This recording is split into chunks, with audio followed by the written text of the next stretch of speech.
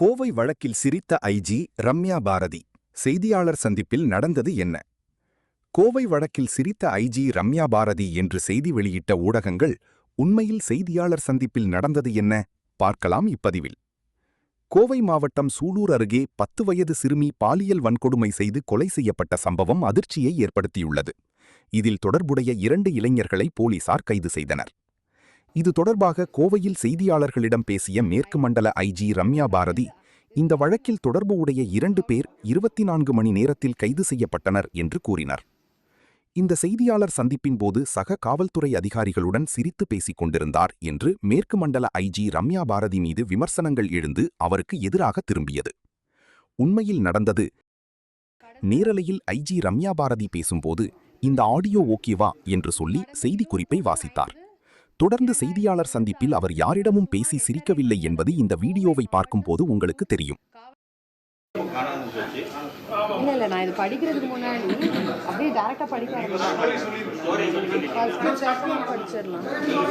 இருங்க நீங்க சொன்னீங்கன்னா ஸ்டார்ட் பண்ணிக்கலாம்.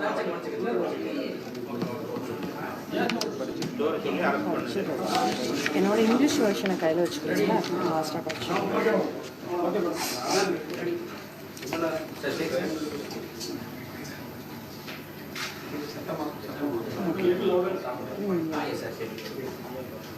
I'll just do a trial.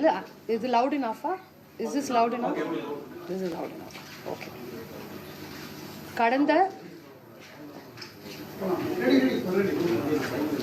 21/5/2026 அன்று இரவு சுமார் 8:30 மணி அளவில் கோவை மாவட்ட சூலூர் காவல் நிலைய எல்லைக்குட்பட்ட பள்ளப்பாளையம் பாரதிபுரம் அருணகிரிநாதர் வீதியின் வீட்டில் வெளியே விளையாடி கொண்டிருந்த 10 வயது சிறுமி மாலை சுமார் 5 மணி அளவில் காணாமல் போனதாக காவல் அவசர உதவி எண் 100 மூலம் தகவல் கிடைக்கப்பெற்றது. தகவல் கிடைத்தவுடன் காவல்துறையினர் உடனடியாக சம்பவ இடத்திற்கு சென்று விசாரணை மேற்கொண்டு புகார் பெற்று அதே இரவு சுமார் 10 மணி அளவில் குழந்தை காணாமல் போனது தொடர்பாக வழக்கு பதிவு செய்யப்பட்டது. ஒரு சில ஊடகம் ஆஃப் த ரெக்கார்ட் வீடியோவை ஒரு பொய்யாக சித்தரித்து செய்தி வெளியிட்டது. இதன் காரணமாக மக்களும் உண்மை அறியாது அவர் மீது விமர்சனங்கள் வைத்தனர். என்னால் சமூக வலைதளங்கள் பக்கமே போக முடியவில்லை. பதற்றமாக இருக்கிறது.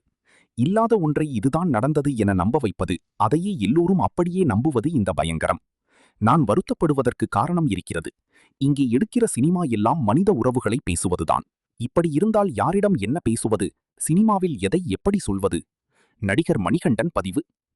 கண்ணால் காண்பதும் பொய், காதால் கேட்பதும் பொய், தீர விசாரிப்பதே மெய். பொய்ச்செய்தி எவ்வாறு விரைவாக பரப்பப்படுகிறது என்பதற்கு இந்த செய்தியும் ஓர் உதாரணம். மற்றொரு பதிவில் மீண்டும் சந்திப்போம். அன்பு மக்களுக்கு நன்றி.